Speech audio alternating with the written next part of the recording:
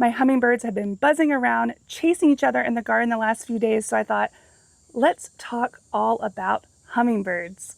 It is such a special day in spring when these hummingbirds return back to the garden. I have had 3 hummingbird species in my garden here in Zone 8A, Georgia, and one of those species was actually a first county record. If you want hummingbirds to find your garden, stick around all summer, and come back year after year, it is best to have more than just a feeder for them. Plant the plants that they adore that will provide a food source for them all summer long. In those first couple weeks, I don't see them much here in the garden. There's still plenty of nectar in the woods, including wild honeysuckle and Carolina jessamine.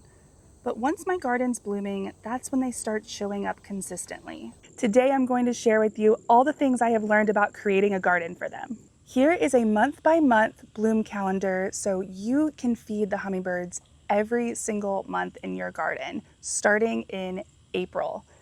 April is going to be all about coral honeysuckle. I shared this space with you in my last garden tour video, and I'm hoping to call this my hummingbird garden going forward. It has become such a beautiful space with so much color that I can enjoy off the back patio.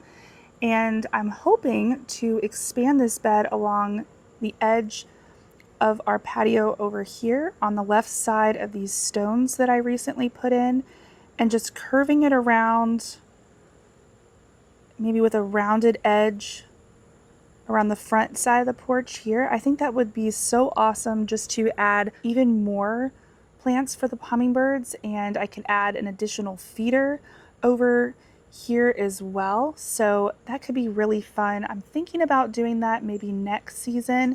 I do have to remove the Bermuda grass and a few sprinkler heads to do that, so it definitely requires some planning. The star of this bed for the hummingbirds is actually our native coral honeysuckle.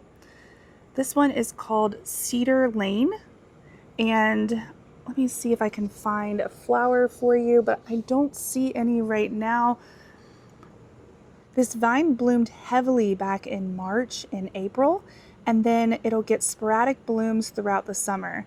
And even just last week, there were a few blooms holding on, but we did have some heavy rains the other night that may have knocked some of them off. Right now, it is forming a few berries, which I can show you right here, that the birds can enjoy as well. This vine is pretty fast growing, so it does require some maintenance throughout the growing season. Right now I'm trying to grow this vine along the edge of my fence here to create a little more privacy from the road. I'm hoping that maybe I can get it down to here where my podocarpus hedge begins, although I do need to be careful that it doesn't get too out of control because we do have an HOA. You will see I've already pruned on this plant a few times during the growing season, and yet I still have some pretty lengthy pieces on this vine. It is very happy here, but the hummingbirds just adore this plant. Again, the hummingbirds will arrive in the springtime in mid to late March for me as this plant comes into bloom. Every spring, ruby-throated hummingbirds push north into the southeastern U.S. Here's what that migration looks like on eBird.org. For 5 years, I've tracked the first hummingbird I see in my yard. Almost every year, it lands in the same 9-day window between March 21st and March 29th. And that timing isn't a coincidence. It lines up almost exactly with when my native coral honeysuckle starts blooming.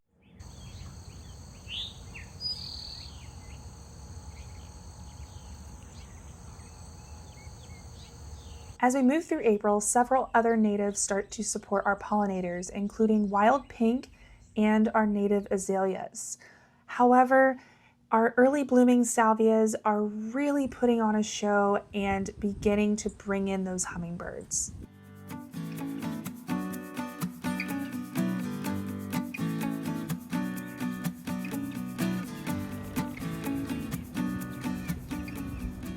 Once we get to May, some of our other summer blooming salvias start to pick up speed. And that includes the widely known black and blue salvia.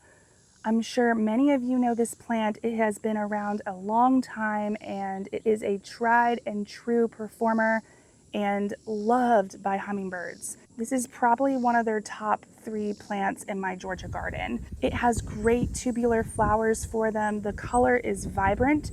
It's not really the color you would think of when you associate with hummingbirds. You think of those bright oranges and reds, but really they truly love this blue plant. Those vibrant blue blooms that almost have a hint of purple to them. Insects are also so important for hummingbirds. They actually eat a lot of insects, so they're not just going for the nectar in your flowers, but they are also picking off insects from your plants. So planting more natives is going to help bring in more insects for them to eat. And of course, the other birds are going to be attracted to those insects as well. Bringing in those native plants, bringing in these bright colors, all those things are going to help bring the hummingbirds into your garden and making a habitat that supports their whole life cycle. Once we get into June, this is peak salvia season. The salvia gregis are still leading the way. Hot lip salvia is looking fantastic. The proven winners Rockin salvia series is in full bloom. The Rockin salvias are in the same family as the black and blue, so they have that same deep tubular flower that the hummingbirds just adore. Those salvias come in many different colors. You can get purple, you can get hot pink, blue. They are just gorgeous in your garden. Get the color that you love most, and the hummingbirds will love it too.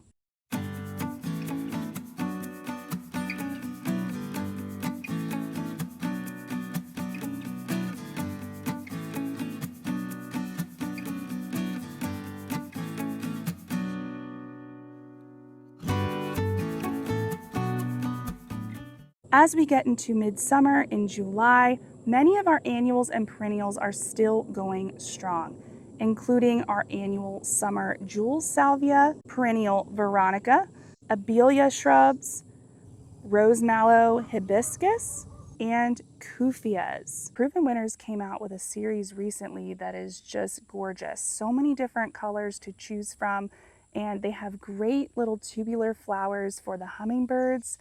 And oh my goodness, this annual saucy red salvia is amazing. Look how colorful the blooms are. Isn't that just so pretty?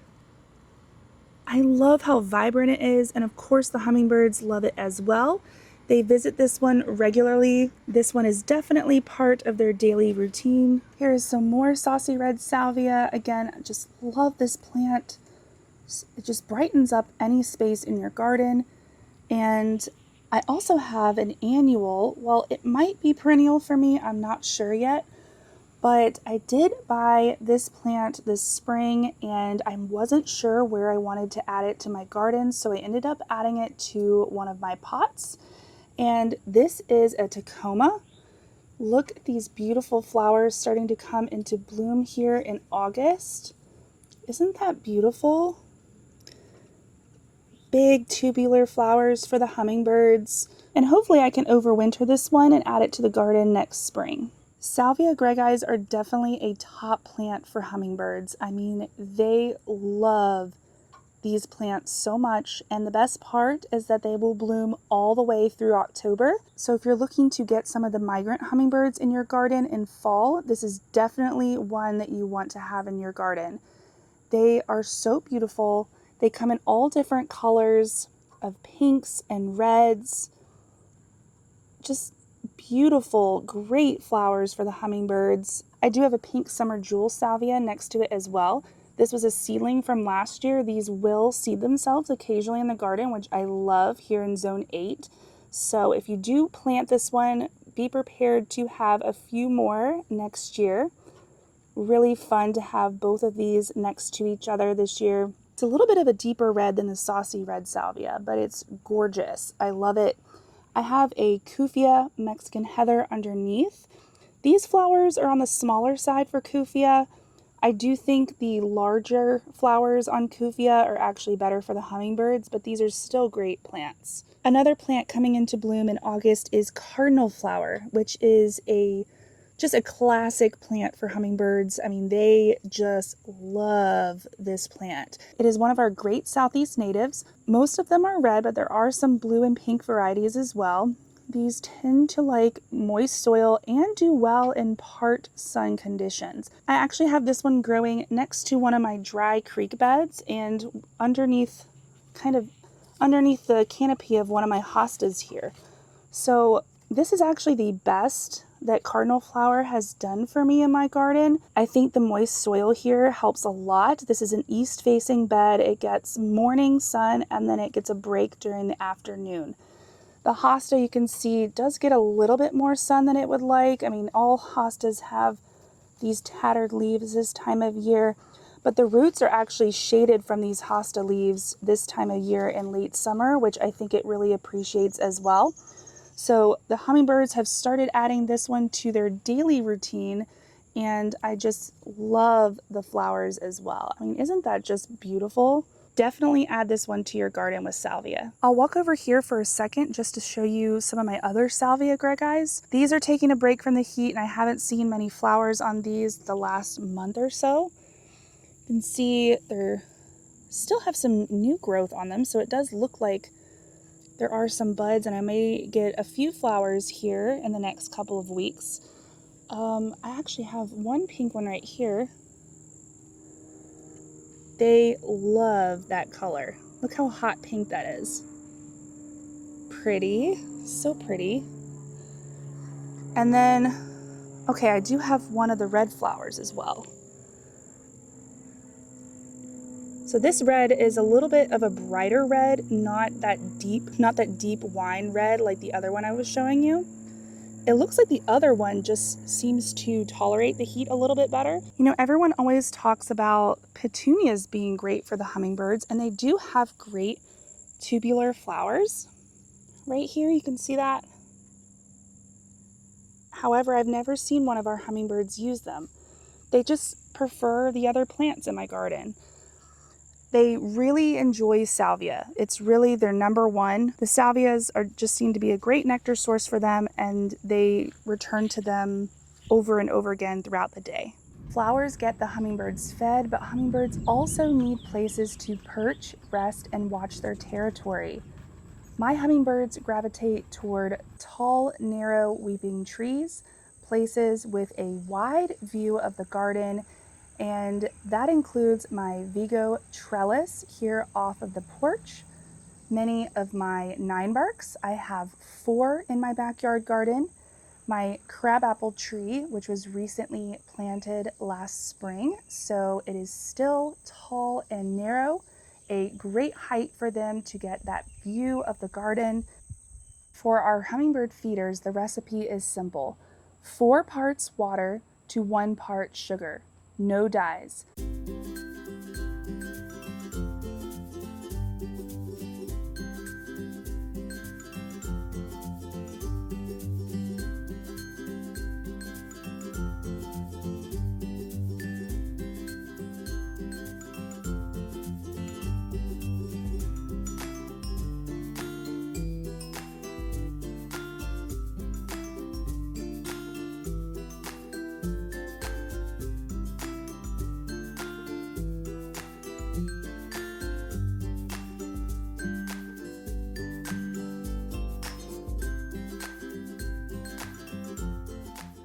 I boil it about 6 minutes with the lid on, then let it cool completely before filling. Typically, I will clean my feeders out with Dawn dish soap in the sink about every 3 days. Once we get consistently into the 90-degree heat during the summertime, that needs to be done a little bit faster. Every other day is probably better during the heat of summer. Food spoils faster, especially if you have it in a sunny location in your garden. Once their food starts to spoil, it can actually make our hummingbirds sick. So it is very important to get in a routine of cleaning out your hummingbird feeders. My last ruby-throated hummingbird sighting each year lands in almost the same window each time, October 8th through October 16th. But October is also when I've had 2 rare visitors show up, birds that aren't supposed to be anywhere near Georgia in October. This is an Allen's hummingbird, a species that's normally found on the West Coast. Mine showed up on October 12th and was gone by the next afternoon. And this one's a black-chinned hummingbird, native to the western US and Mexico. It stuck around for 2 days, October 26th and 27th. Thinking about putting together a downloadable guide with more detail about bloom timing, growing conditions, which salvias may want more moisture and which ones don't. Let me know, would something like this be helpful to you? Let me know in the comments. It'll help me figure out what to prioritize as I'm getting my site ready. So that's the full picture, the timing of blooms, the feeders, all the things that make up a hummingbird garden, a hummingbird paradise that will keep the hummers coming back to your garden year after year. Let me know in the comments what your hummingbirds love in your garden. I would love to hear what these plants are, and I will see you in the next one. Bye, guys.